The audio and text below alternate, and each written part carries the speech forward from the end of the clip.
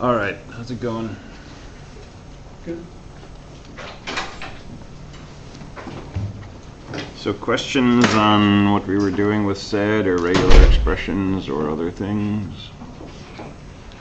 PA4, PA5.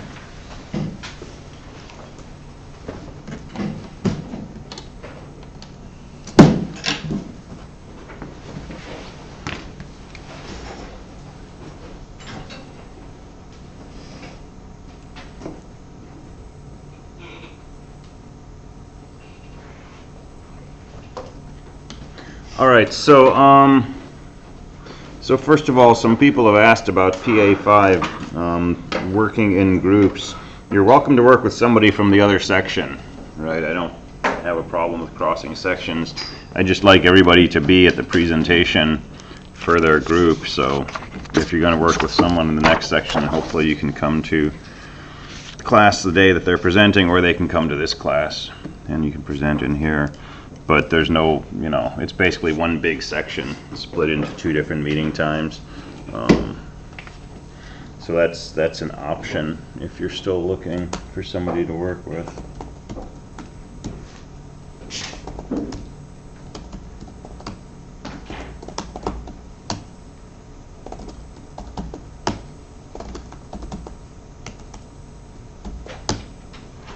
So I wanted to mention issue that comes up with using Zenity under Windows. So you make an entry box, ask the person's name, and they type in their name, and let's say they typed in their name and it was Nick, and the date they wanted to travel was today, and the number of bags they were taking was 3, right? And so you might do something like this.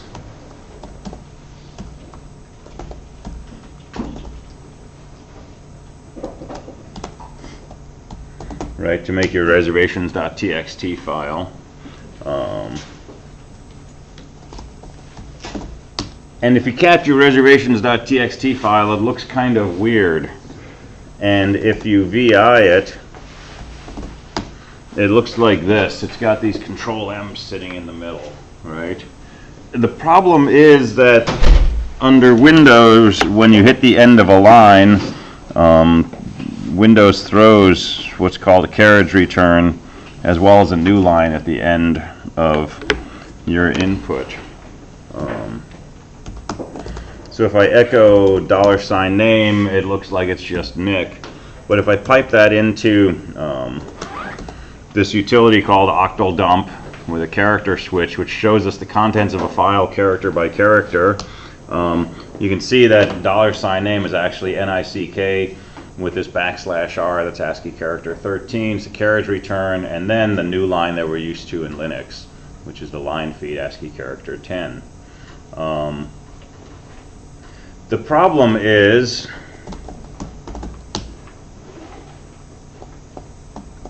assuming that you've cleaned this up somehow, and here's your reservation, and I search for the name Nick in reservation.txt, it does not find it. Right? Because name is not NICK, it's NICK \R. So what you need to do is every time that you use Zenity,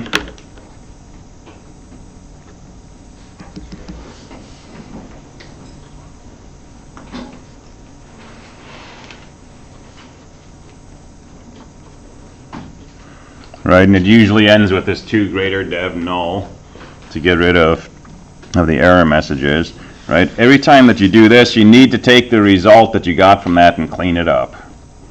Okay, so let's say name equals all of that. Okay, here's what you can do. Clean name equals echo $name, pipe into sed, substitute \R with nothing. Okay, so echo $name is going to just display the contents of name, which will include that \R. that gets thrown into sed, the stream editor, which says substitute that \r with nothing. And maybe we can throw a global on the end. You shouldn't need it, but it doesn't hurt.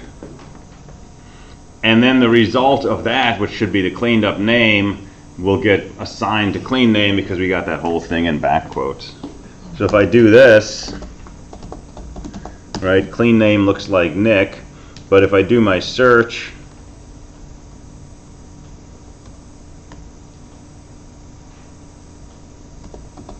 for clean name, right, it'll find Nick. And the difference is if I echo clean name, I can see it's just NICK and then a new line at the end that we expect coming from the echo command. So this trick up here is one you can use repeatedly.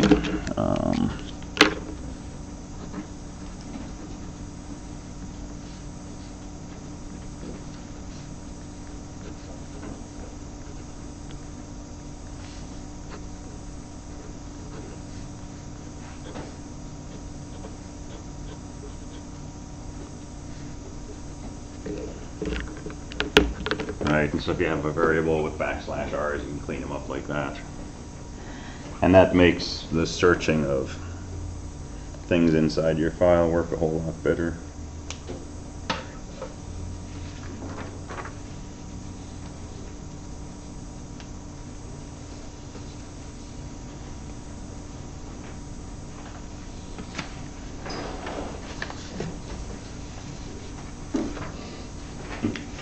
So we only have to do this if we're doing it under like Sigwin? That's only under Sigwin, yeah. If you do this under Linux, everything should just come out Linux compatible, which is just a new line.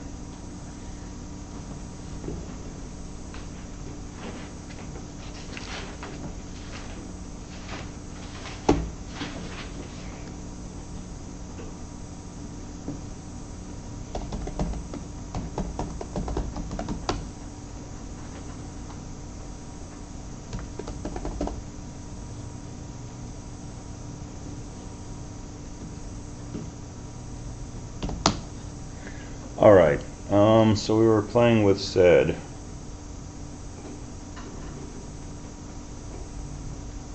And we did print, and we did quit, and we did append, and we did insert also, right? Did we talk about change? Okay, so there's our food files. Let's do a sed.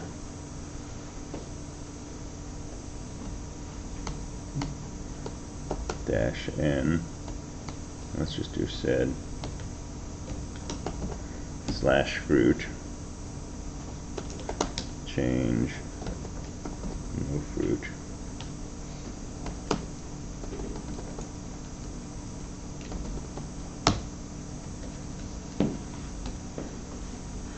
All right, so what does this program say? It says if you find the string fruit in the input line, change that input line to just this thing that says no fruit.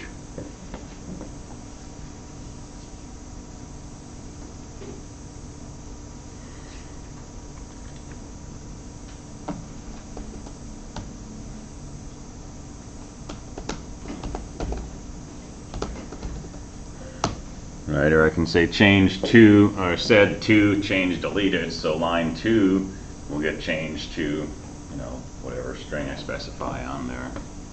So C will let us modify a line.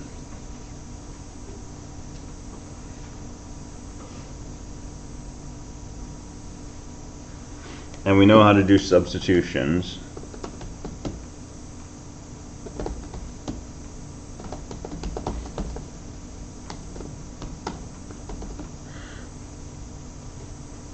So I can change the word cheap to the word not expensive, right? And it just does that replacement.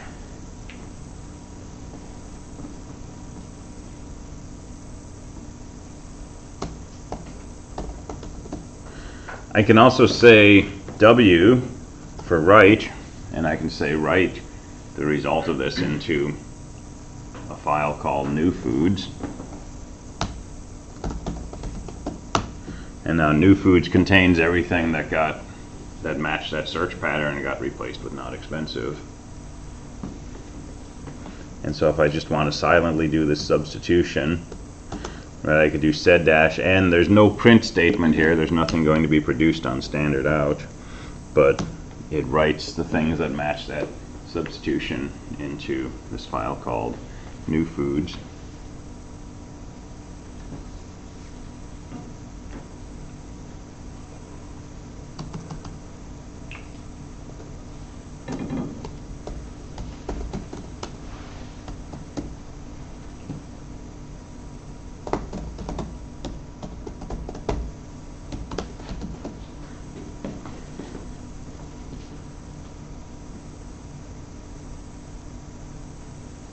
So sed will also take a switch dash I, which lets us specify an extension. And if we say sed dash I, what it will do is copy our input file to the same file name with this extension added to the end. So it'll make a file called foods.backup. It will run the program, but the output will get written back into the foods file. So this will actually modify the foods file. Right, so everywhere that I had unknown for hot dog and spam, it got changed to mystery. I didn't actually change that file, but it made a backup, which preserves the original file.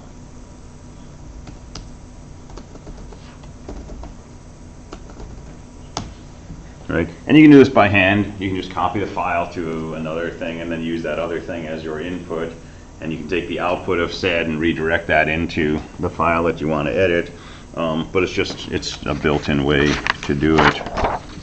So maybe handy, maybe not.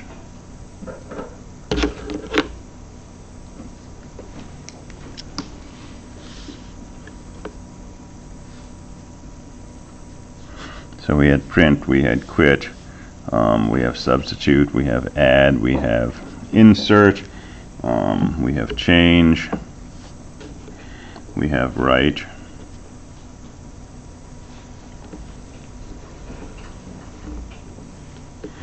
alright, we can also use an exclamation mark in the left part of our program, and this negates a condition. So for example, so here's our short file, okay, so it's just 5 lines.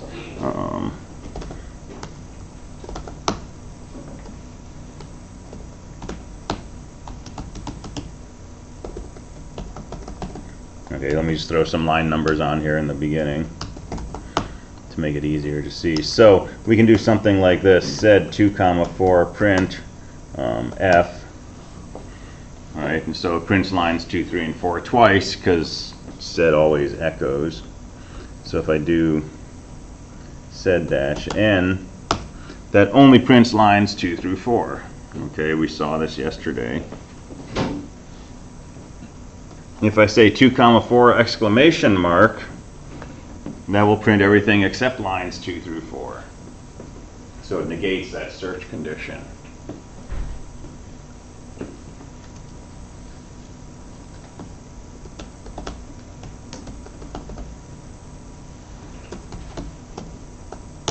Right, so this prints out every line that has the word fruit in it. This prints out every line that does not have the word fruit in it. So just exclamation mark. We'll toggle that.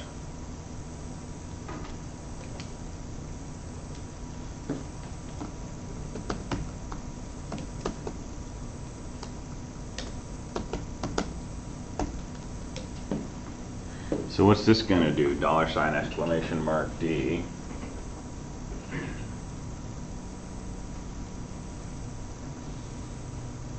Not print the last line. RDB. What would $D do?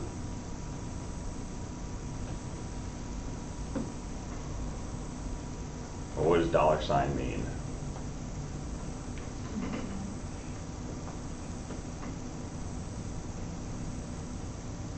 What's your favorite color? question. So $sign is a special thing that means the last line of the file, right? We could use 5 if we knew there were 5 lines. So this basically says 5D. What does 5D do as a said program? Take a shot if you don't know. These 5 lines. It deletes the 5th line. Okay, if I said 1 comma 5, that would delete 1 through 5. 5D just says delete the 5th line. So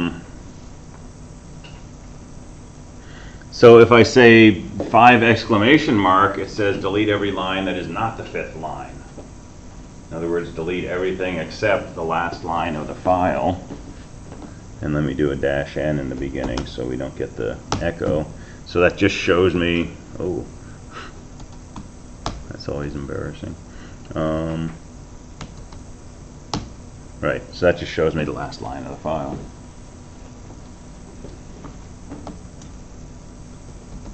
And if I do it on foods, it's the last line of the foods file. Right, we can do this with the tail command also, but you can do it instead.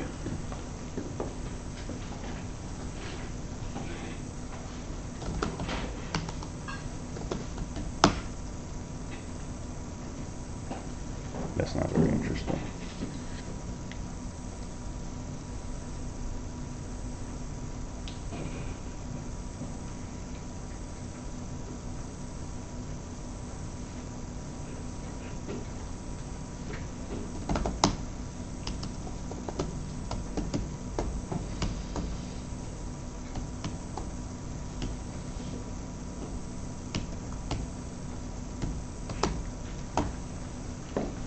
Alright, so we can use the full power of regular expressions. So here's a regular expression that takes the first character of each line and replaces it with the first character followed by a colon.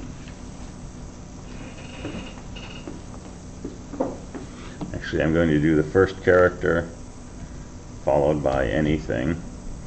I'm going to replace that with the first character followed by a colon. And so that changes basically the second character of each line to be a colon.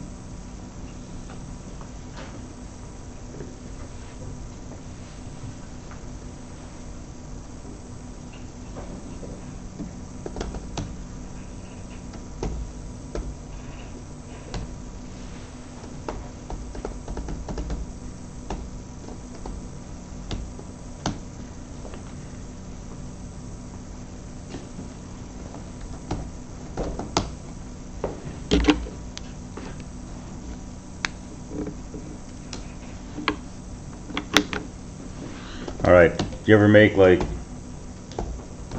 playlists on your favorite player?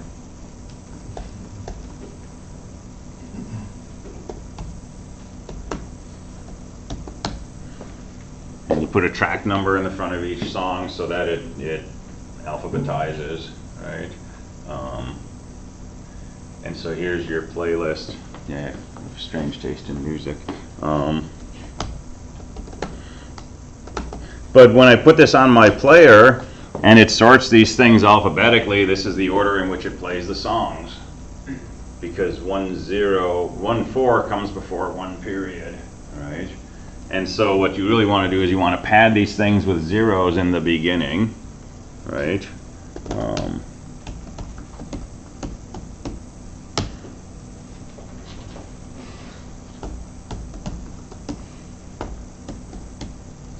And so you can try to do something like this, but that's not going to help you, right? Because 0-1-4 comes before 0-1 dot.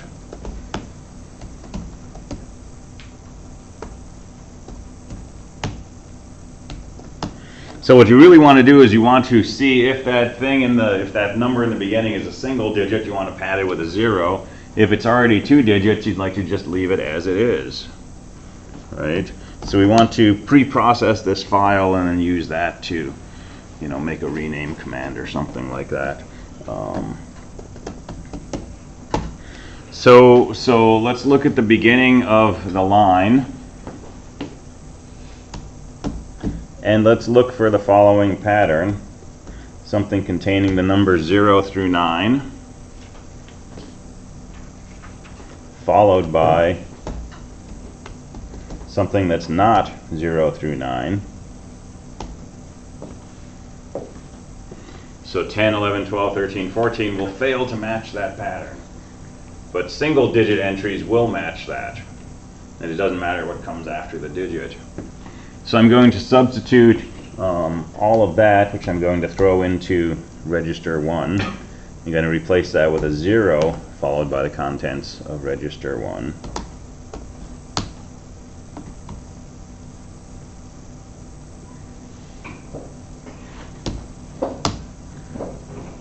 Alright, so now everything is got a 0 in the front. Everything is a 2-digit number. And if you have 100 songs on your playlist, you need to use one other expression, which is look for 2 things, 2 digits followed by a non-digit, and replace that with a leading 0. Yeah. So could you use that with calendar dates also? Or? Yeah, you can use that with anything.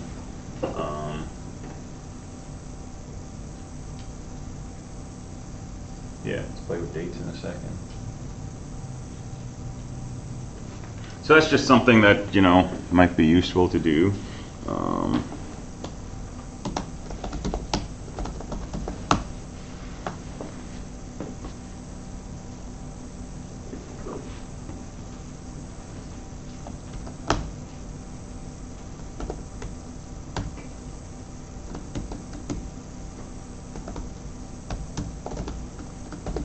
So let's say you've got a date here, December 25th, 2019, and you want to know, if some other date comes before or after that. You want to do something with this other than just take the string and print it out.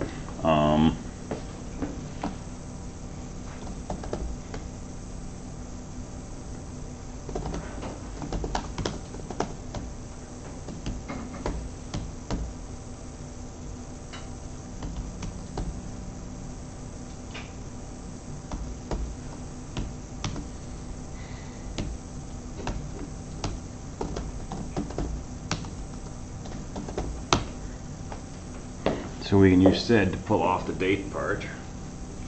So what the heck is going on in this regular expression? It says look at the beginning of the line, followed by 2 characters, and take those 2 characters, throw those into register 1, and then match the rest of the string up to the end of the string, and replace all of that with just the contents of register 1, which was the first 2 characters on the line. That's the month.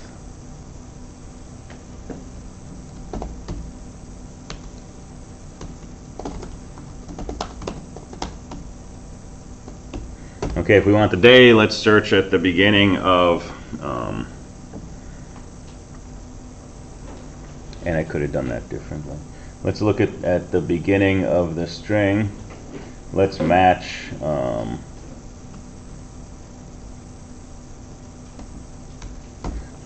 sequence of digits followed by, well, I could say a slash, but that's going to be confused with the slash I'm using here. So let's take a sequence of digits followed by something that's not a digit. And then into register 1, let's throw a sequence of digits followed by something that's not a digit, followed by everything going out to the end of the line. And let's just replace that with the contents of register 1. And let's take the output of that sed command and throw it into day. So there's the day.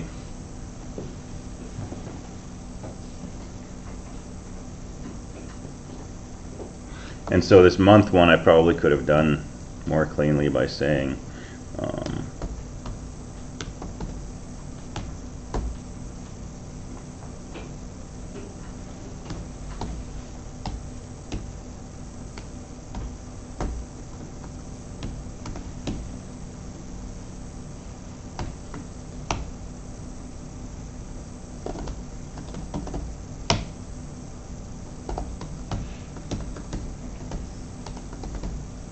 so that if your month happens to be only a single digit, right, it'll still pick that up. So this is saying look for the beginning of the line followed by any collection of consecutive digits 0 through 9. right, which will eat basically everything up to that first slash. And then we have a dot to pick up the thing that's not a date, and then everything through the end of the line. So there's lots of different ways to do this, right? But that's a really nice use of sed, is to take something like a date string and break it up into day, month, and year. So before the star, you use 2 dots. Can I use 1 dot? You could probably get away with 1 dot. That's sort of reflecting how I was thinking about it more than anything else. Yeah, that's perfect. And if I wanted the year,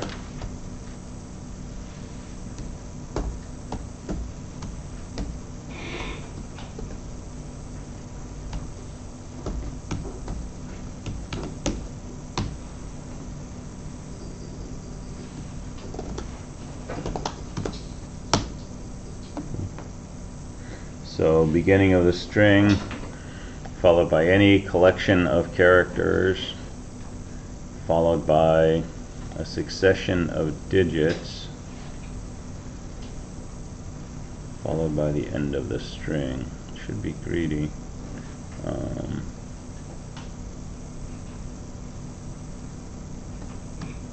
Let's look for a slash followed by a succession of digits followed by the end of the string.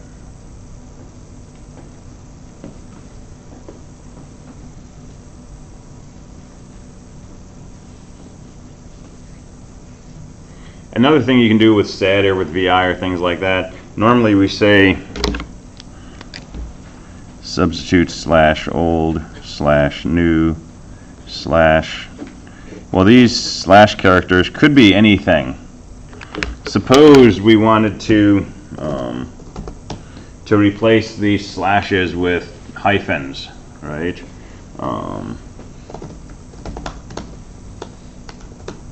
Well, you could say substitute slash backslash slash slash dash slash global, right? But we have another option. We could say substitute, I don't know, let's just use a number sign, slash with a hyphen globally. Alright, so traditionally we use a slash to indicate the old pattern, the new pattern, but we can use any character we want. Whatever character we first use after S, that becomes the delimiter in our sed string, in our regular expression. So that's useful sometimes. But you can also escape them by putting a backslash in the front, and it just makes it look a lot more complex.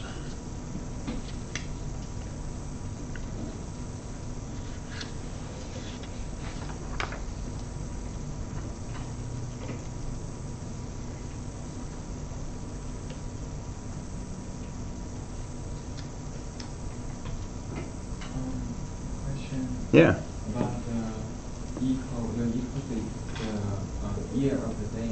Mm-hmm. So why the first one didn't work? I don't know. I thought that it would be greedy and it would pick up as many successions of 0 through 9 as possible. But I think I'm misunderstanding greediness. I think the greedy part was it was matching as much as it possibly could, which means if it starts at the beginning, that star can match the end. So this dot star, okay, beginning of the string, this says any collection of characters. I think this was absorbing the entire string, and then this was saying, well, we can have 0 occurrences of digits at the end. So I think that satisfied its greediness, right? It basically matched the entire string. But on the way to doing that, it was also acting as greedy as possible. So this first dot star ate everything in the string. So I could put a slash in to force it to, you know, find that slash in the beginning. Or I could have done, right, so this one didn't work, but I could have done, let's find at least 1 0 through 9, followed by a succession. But I've got a feeling that may just pick up the last digit. Right, so same thing, it's eating as much as it possibly can. So forcing the slash to be right before the succession of digit stops that first dot star from eating everything.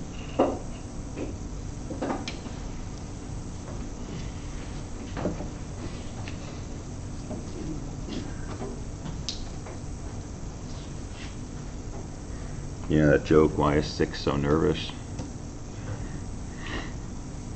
Because 7, 8, 9. Same thing.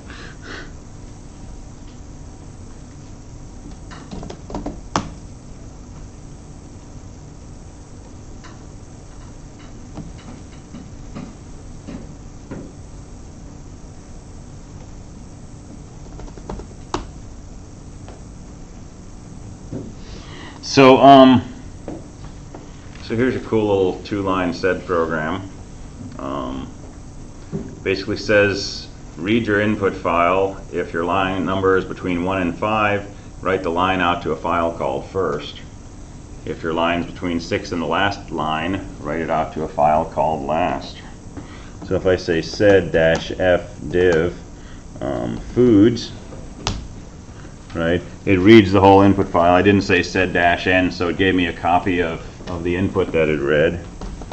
But it created a file called first, right, which has the first 5 lines. And it created a file called last, which has all the rest of the file, 6 through the end.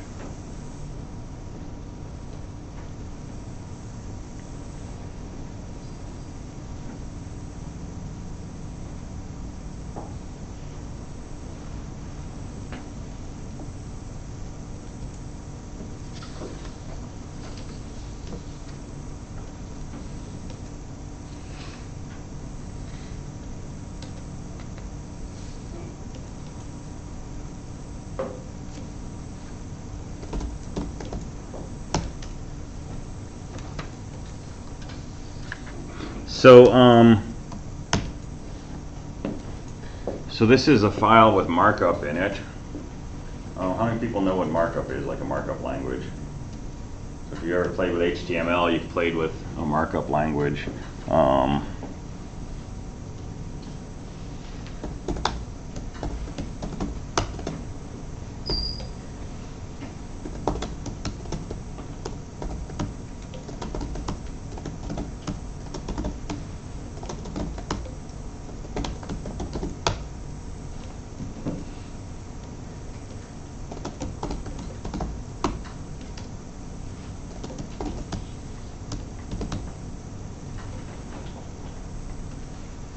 Interesting.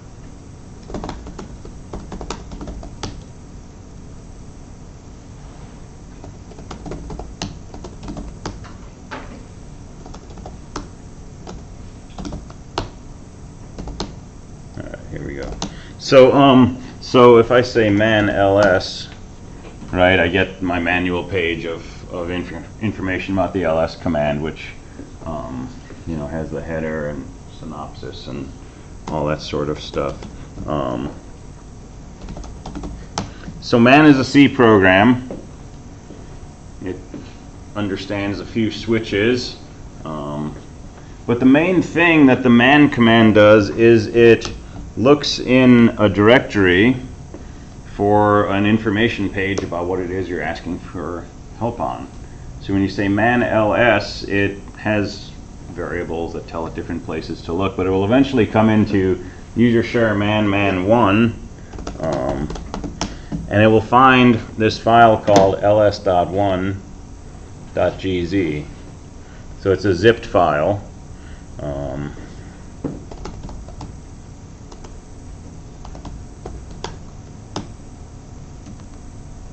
So let's take a look at that.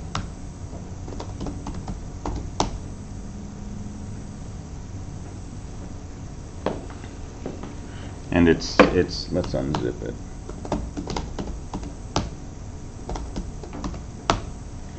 All right. So this is what ls.1 looks like. And it looks kind of like the man page, but it's got other stuff in there, right? So this is a markup language. Basically, there's things in here that describe how certain things should be displayed. So PP lets you start a new paragraph. .b makes something bold-faced, and so on. This is decades old. This is way before HTML came around, right? And it's part of a text processing system called TEX, T-E-X. Well, no, it's before TEX. It's called RAW, runoff.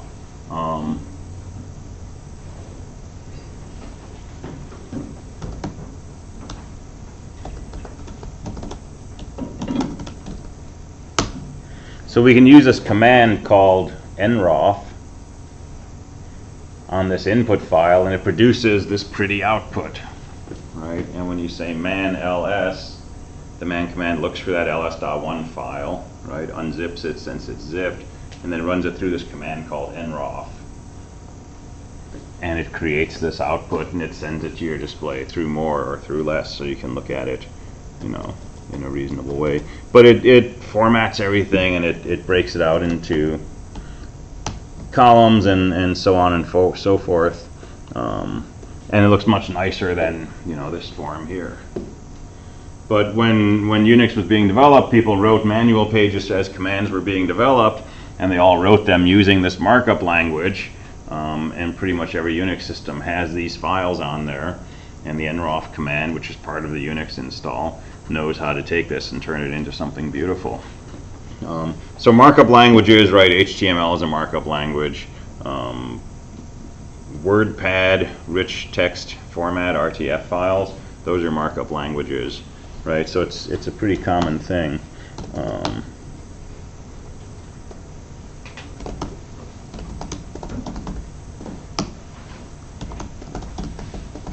So here's a sample of some marked up code with just a fictitious markup language. So /begin starts the document. \NL presumably puts this in a blank line. \bold makes things bold. Right. So it's fictitious. But a common thing to do is you have a file that contains markup in it, and you just want to see the bare text. Right? You don't care about the formatting, but you don't want to see all of these markups inside there.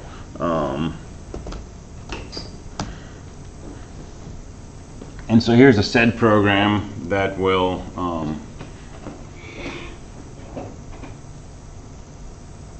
that's not right.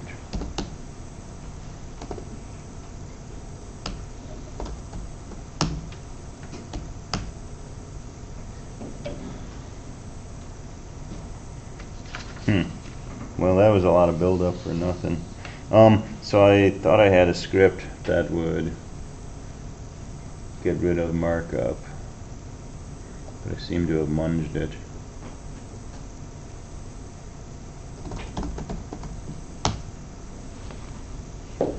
But if we wanted to get rid of those markups, right, we could basically do something like this.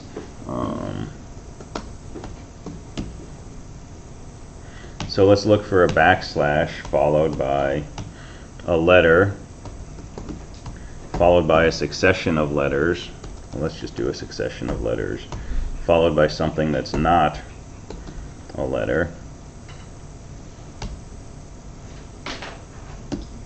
And let's just get rid of that. Let's see if this works.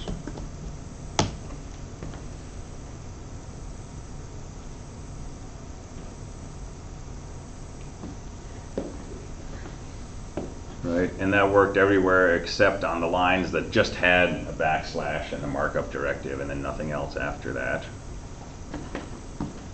So I'd also like to get rid of those. Well, I could make a more complex sed program, or I could take the output of this and pipe it into sed. And I could say substitute a \, followed by any collection of letters A through Z with nothing. Right, and so now I got rid of those.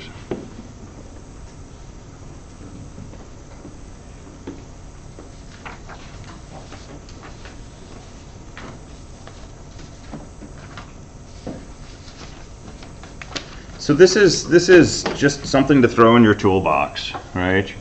It's something that if you use it once a week, you know, it's probably not worth taking valuable time to learn it, but if you learn it when you can, right, and you need it once a week, it'll be really valuable to have once a week. And chances are, once you know how to use this, you'll find uses for it more frequently.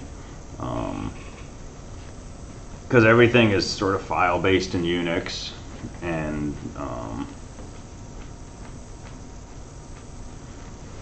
it's useful to be able to manipulate those.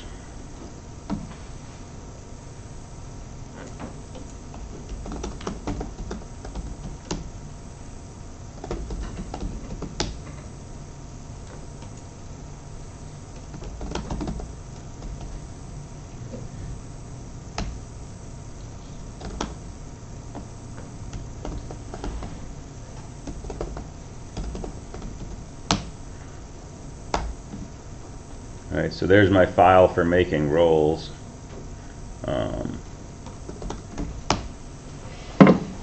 Basically, I export a CSV file from Canvas, and so I made a script, right? I say make roll space in the name of the CSV file.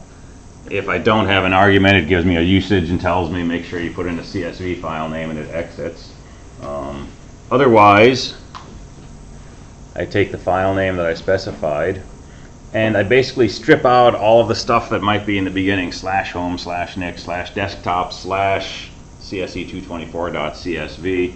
I'll strip out everything up to and including that last slash, and so I get this new variable called base, which is just going to be CSE224.csv. And then I add a date line to, so I make a file with that name .txt. So CSE224.csv.text. I print out the line date to it. I print out the header that says, sign next to your name, fill in the circle.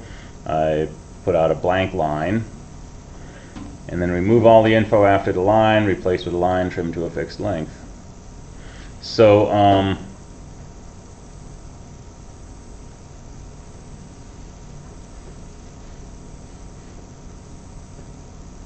let me just do this on a live file just so you can see it.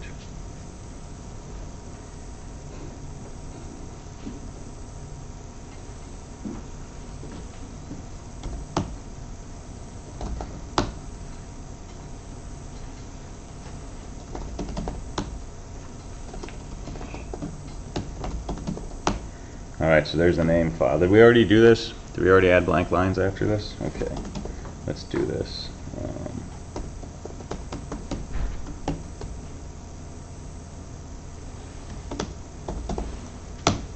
So I can do this. I can substitute the end of the line, which is a $, with a bunch of underscores. And it gives me each person's name with stuff at the end. Right? I want those lines to end lined up with each other, and the names have different lengths. So let's take this and let's pipe it into the following sed. So let me go down to a new line. Substitute beginning of the line, followed by, I don't know, bunch of characters, followed by more characters, followed by the end of the line. Let's replace that with \1. So I put in enough dots to absorb each name and some of the underscores that are on there, but basically it's going to take the first this many characters, throw them into register 1, and then take that followed by everything else on the string and just replace that with register 1. So it's going to trim all of my lines to be this long.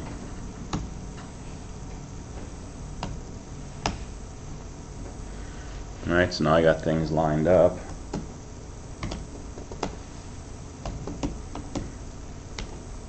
And then I can add some extra stuff on the end to make them bigger.